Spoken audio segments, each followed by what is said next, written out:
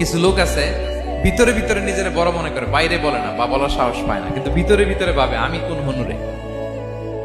কি বলে আমি কোন?